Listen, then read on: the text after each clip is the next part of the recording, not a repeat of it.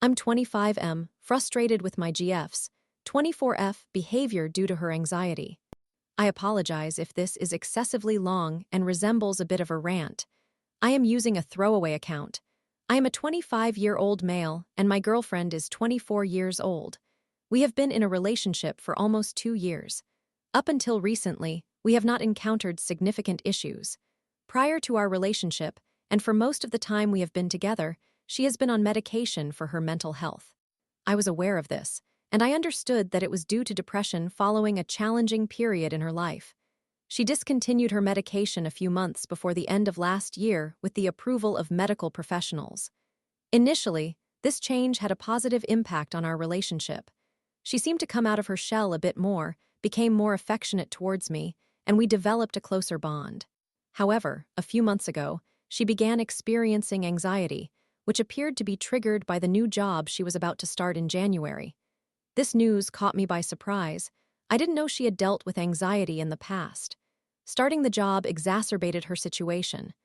While I am fortunate to have relatively good mental health, this left me feeling somewhat naive about these matters.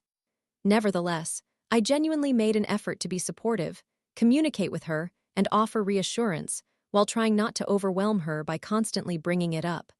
I even checked if she felt anxious around me or if that was ever the case, and she responded with no.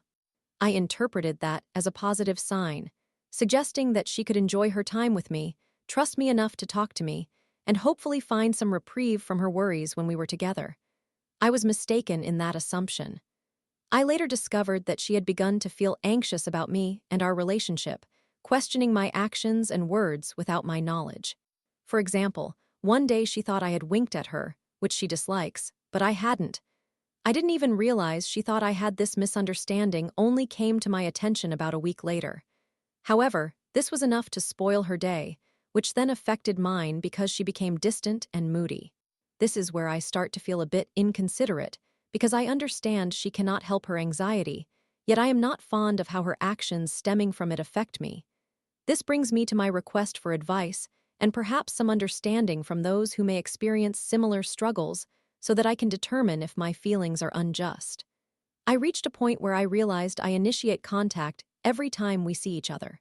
When we are together, I might as well be having a conversation with myself given the minimal response I receive, and I am not the most talkative individual to begin with. I genuinely tried to engage her, but it becomes exhausting to receive either a one-word answer or a half-hearted shrug in reply. Meeting her became problematic because, on several occasions, she arrived hours late without communicating with me beforehand. As a result, I was left waiting, uncertain about whether she would show up. When I expressed my frustration about this, her response was that I would be on my phone anyway if she wasn't there, so why should it matter? This dismissiveness troubled me, especially since she knows that I consider it disrespectful when people are late to agreed-upon commitments.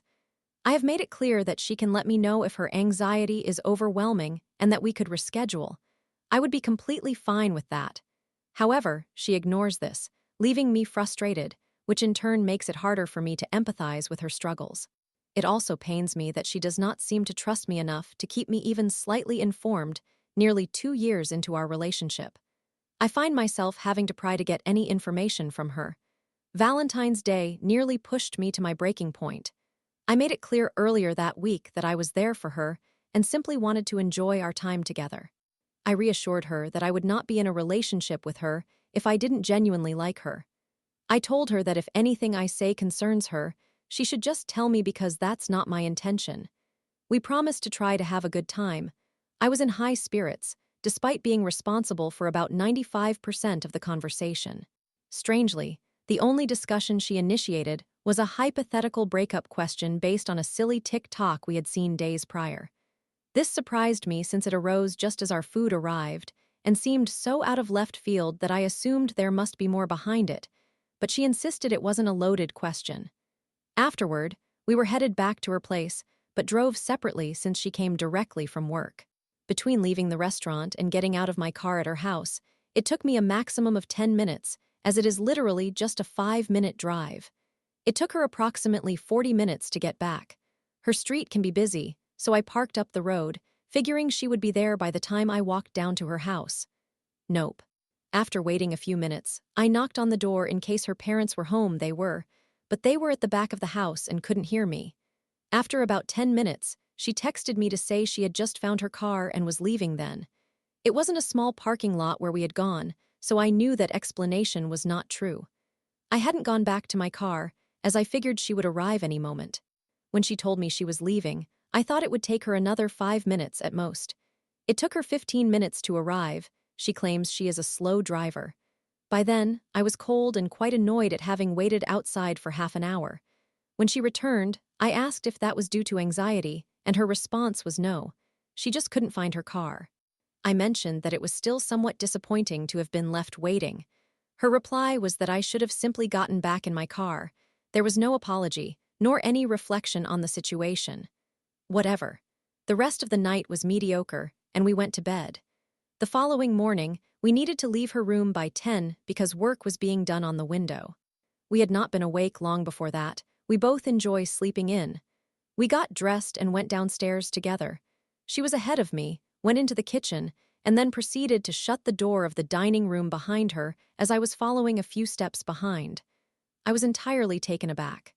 Barely awake and sensing something odd, I left it a couple of minutes and eventually entered the dining room. She was just sitting there on her phone. I asked her what was going on, and she said she just had to do something. I asked what that was. Nothing. She got up and walked into the kitchen. I simply lost patience with this behavior. I wanted to enjoy my Saturday, yet things were already taking a turn for the worse. I stated that I was going to head out because I had things to do. As I was putting on my coat, I noticed she had one earphone in. I attempted to engage her in basic conversation by pointing that out and asking if she was listening to music or a podcast. She replied, "Music." I asked, "Oh, cool, did you sleep with that in and I just hadn't noticed?" She then sighed dramatically, rolled her eyes, and said no. It felt as though I had committed a grievous error by simply asking a question. I left her house literally shaking my head, questioning why I even put in the effort. After some time to cool off, I texted her later that day, as I prefer texting for these conversations since they yield better results, to express my perspective and how terrible I felt as a result of our interactions. I mentioned that it seems to me she is checked out of the relationship. Was that accurate? She replied that this was not the case. She simply does not want to be around anyone right now. She confessed that her tardiness in returning home stemmed from a fear that I would not be there when she got back. I cannot lie, this irritated me even more. If she were finished with the relationship, her behavior would make sense. Wanting to be with me while treating me with disregard and failing to consider how all of this affects me is completely nonsensical. The fact that she lied to my face about why she was so late returning home also upset me.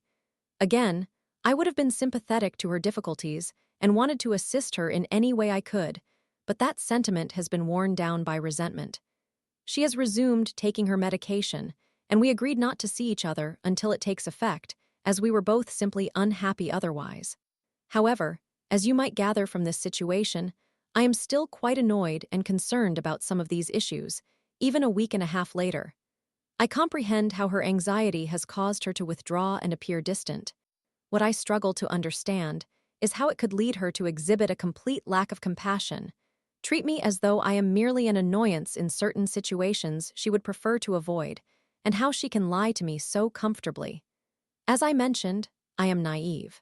Does her anxiety merely bring these traits to the surface, making my frustrations somewhat valid, or does anxiety necessarily require someone to focus solely on themselves just to cope, in which case it would not be her fault, and I would need to stop being such a self-absorbed person while she is going through this?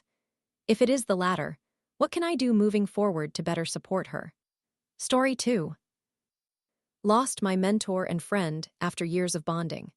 One harsh confrontation shattered our connection and left my family and me devastated. I was let down by someone I valued deeply. What did I do wrong? It's a long tale, and I will attempt to summarize it as succinctly as possible.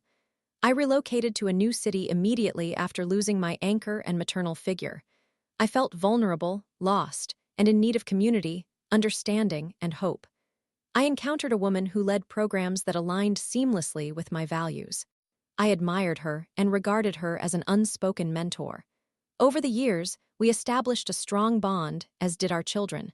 One of her kids is my oldest daughter's best friend. I have known her youngest since infancy, and she has known my youngest even before her birth. We grew closer during the pandemic when she faced a life-threatening situation. It was a dreadful period for her and her family. I was terrified of possibly losing her and realized just how much she and her family meant to mine. Our families continued to strengthen their connection. We celebrated birthdays together, enjoyed firework displays, observed the eclipse, and conducted workshops at her farm. The summer camps we organized filled my heart with immense joy. My youngest referred to her husband as her uncle, and my husband began to lower his defenses. He has a significant history of trauma and has built strong emotional barriers. Our dogs also forged a solid friendship. We actively practiced and co-facilitated nonviolent communication, valuing it deeply. This approach significantly transformed my perspective on the world, enhancing my communication and understanding of others. She was quite knowledgeable, and I felt like her student, learning an incredible amount from her. I didn't keep score. I recognized my family had some concerns, but they did not know her well. I dedicated a considerable amount of my time and effort to support her and her professional pursuits. I taught her children alongside my own since we opted for homeschooling. I willingly provided my artistic services without expecting payment because I believed wholeheartedly in her mission and vision. I took care of her animals when she was away and helped clean, organize, plan, and support her endeavors. I wanted nothing more than her success and communicated to her and others that my reward was the privilege of being involved. Last summer, she invited my family to spend a week at her cottage, a significant occasion for her. It is a cherished place, and she had never welcomed a family to stay before. I was hesitant about setting unrealistic expectations for my children. I offered her an escape route following an unfortunate flooding incident, suggesting we could postpone for a year because I noticed a subtle shift in her demeanor. I reached out to check in and felt we were okay again, but still wanted to provide her with a no-pressure option if it became overwhelming. She insisted she was eager to host us. We went and had a truly wonderful time together, and our families blended seamlessly, even in close quarters. She later asked me to assist in organizing a significant fall event at her farm due to the networking opportunities she was pursuing, and I was fully on board. We started planning in May for an event scheduled in October. She was aware of my level of commitment and shared in my excitement over the potential exposure for her farm and life. I was ecstatic. I clarified my role and was designated as the artist tasked with creating installation pieces for display. I was overjoyed and began working on various projects at the end of August. As time progressed, I noticed substantial changes in her energy and understood she might have felt apprehensive about committing to such a large undertaking. I recognized she was facing financial challenges, and despite her failing to provide a budget for our small team, I did my utmost to minimize costs where possible. I thrifted items, created what I could, and reused materials whenever feasible. Suddenly, her focus transitioned to another program she wanted to implement, consuming much of her time and attention. She stopped communicating her feelings, thoughts, or intentions with me and the team. I consistently checked in on every item I created to ensure alignment with her vision. I reached out when I sensed she was struggling, and she would offer reassurances that I accepted. The situation escalated when I delicately offered feedback, as I was concerned about the potential impact on ticket sales and her overall revenue. My only intention was to see her event succeed. She reacted negatively to my feedback and withdrew. I clearly communicated my difficulties in connecting and communicating with her. In response, I received silence. We later had an online meeting with the team that I probably should have missed, as I was frustrated, exhausted, and confused by her decisions and lack of communication. I attended, but planned to remain muted unless my input was required. She confronted me in front of our two teammates, and I was taken aback and embarrassed by how she portrayed me. I had never witnessed this side of her previously. She spoke with an almost childish tone and characterized me in a seemingly abusive manner. I was completely stunned and attempted to express my intentions, which caused me to stumble over my words and struggle to articulate coherent thoughts. She ultimately labeled me as mean, and for some reason, that hit me deeply, causing significant hurt. I decided to log off in frustration. That was the most severe remark I had ever made to her, the most intense confrontation we've experienced, leading her to reject any in-person discussion. She only wants to communicate through messages, which I find uncomfortable since so much can be misinterpreted without tone, body language, and facial expressions. She has ended our friendship and denied my request for clarity regarding her decision. She has suggested we maintain small talk as we share social circles and our children participate in many extracurricular activities together. I struggle with superficial conversations and feel disingenuous. She is highly sensitive to public perception and seems to want to avoid appearing to have acted against her principles. She asserts that she supports our children's friendship. This situation has greatly affected my world. She informed me that she does not want me to co-facilitate the summer camp this year, but my children are still welcome to attend. I urged her to reconsider, as I genuinely enjoy the camp, the children, and the opportunity to create alongside them. She did not respond or took me off the email list, but she did send a registration email to my brother, as my niece has participated in the past. I explained to my oldest that camp would not happen this summer, and she has been incredibly understanding and sensitive about the situation, yet it has disrupted her world significantly. However, she has shown great consideration for my feelings. She expressed that she understood, which I believe, but camp was so meaningful to her. My youngest has pathological demand avoidance and cannot attend programs for extended periods. Camp was the only environment where she felt safe and trusting. She does not comprehend why we no longer visit their home or the farm, and the thought of her missing out on the single immersive experience she has in the summer has left me devastated. Thus, I swallowed my pain and enrolled both of them in a week of camp that I helped design and operate but am not welcome at, run by a woman whom I feel has exploited and discarded me without a shred of compassion. I just paid her $700, and it feels awful. My children are excited, and while my oldest seems relieved, she also recognizes how challenging this is for me. She is far too intuitive not to notice. I struggle financially and have previously managed to send my children to camp without the need for payment because I was facilitating. This entire situation is incredibly painful. Undoubtedly, there is much more unarticulated here, but this has become exceedingly lengthy. I do not expect anyone to offer an accurate evaluation of everything involved, yet I hope for any insights that might help me make sense of what transpired, as it is weighing heavily on me. Thank you all. Story 3. Ayo, my BF said I pressured him. I, 21, female, am seeking an impartial perspective and some assistance. My boyfriend, 21, male, and I have been going through a difficult period. At least, that is what I have been telling myself. I prefer not to receive opinions from friends because I am aware of what they would say. I love deeply, and I always have, but I have previously found myself in unfortunate situations because of it. My boyfriend and I have been together for approximately 2 years now. Neither of us has attended college. I come from a strict Catholic background, the kind that does not allow cohabitation before marriage, while he hails from a much more laid-back family. At the start of our relationship, I spent a lot of time staying with his family. It was not as though I was officially living there, but I did spend many nights under their roof. To be fair, his family home was significantly closer to my workplace than my own family home. My father passed away a couple of years ago, leaving me with just my mother. I carry an overwhelming amount of guilt regarding this, as my mother took the loss very hard. They meant everything to each other, and since I am her youngest child and her baby, we share an extremely close bond. However, I have always strived to be as self-sufficient as possible in a very family-oriented environment.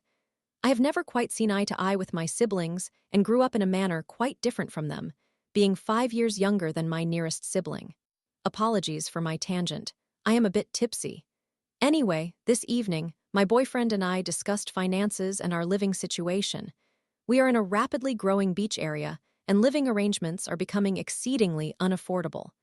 Currently, we reside together in a 1-bedroom apartment and both desire a family and many pets. We already have 2 cats.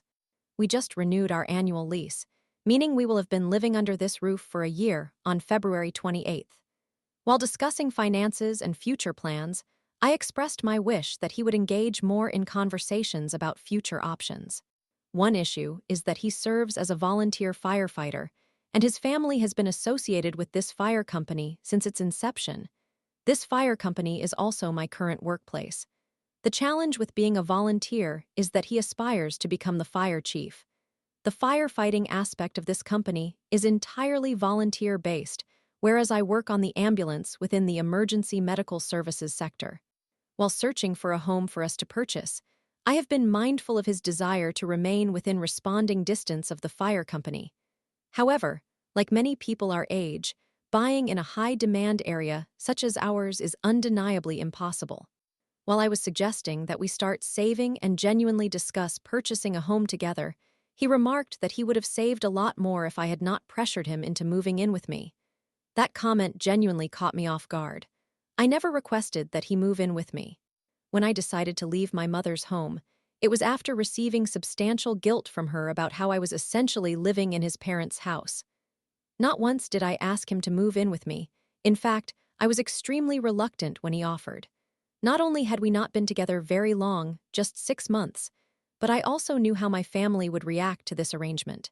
When I finally summoned the courage to inform my mother, the reaction was not favorable, nor was it from the rest of my family, as I had anticipated. I maintain a good relationship with them, but my living situation is a delicate topic.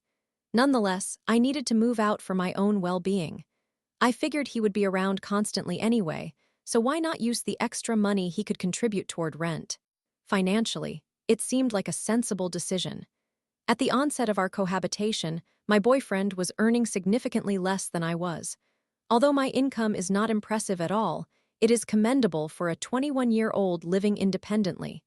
There have been occasions, especially during holidays, when I had to cover the entire rent and utilities. This did not plunge me into debt, but it did strain my finances. I was willing to do this as my boyfriend was working towards a salaried position. He has since landed that job and is now earning more than I am. The argument we had tonight was about me supposedly pressuring him into our apartment. I have provided him with substantial financial support alone, not to mention the emotional and physical commitment I have dedicated to our relationship. Hearing him claim I pressured him was deeply hurtful. He is fully aware of my family situation and the pressure and stress I endure from them, yet I never intended to put him under any pressure. He claimed to feel pressured, despite having no savings prior to us moving in together, unlike me, whose savings were meant for my eventual move-out regardless, although they were not substantial. Moreover, even now, with him earning more than I do, I still pay for all utilities and groceries.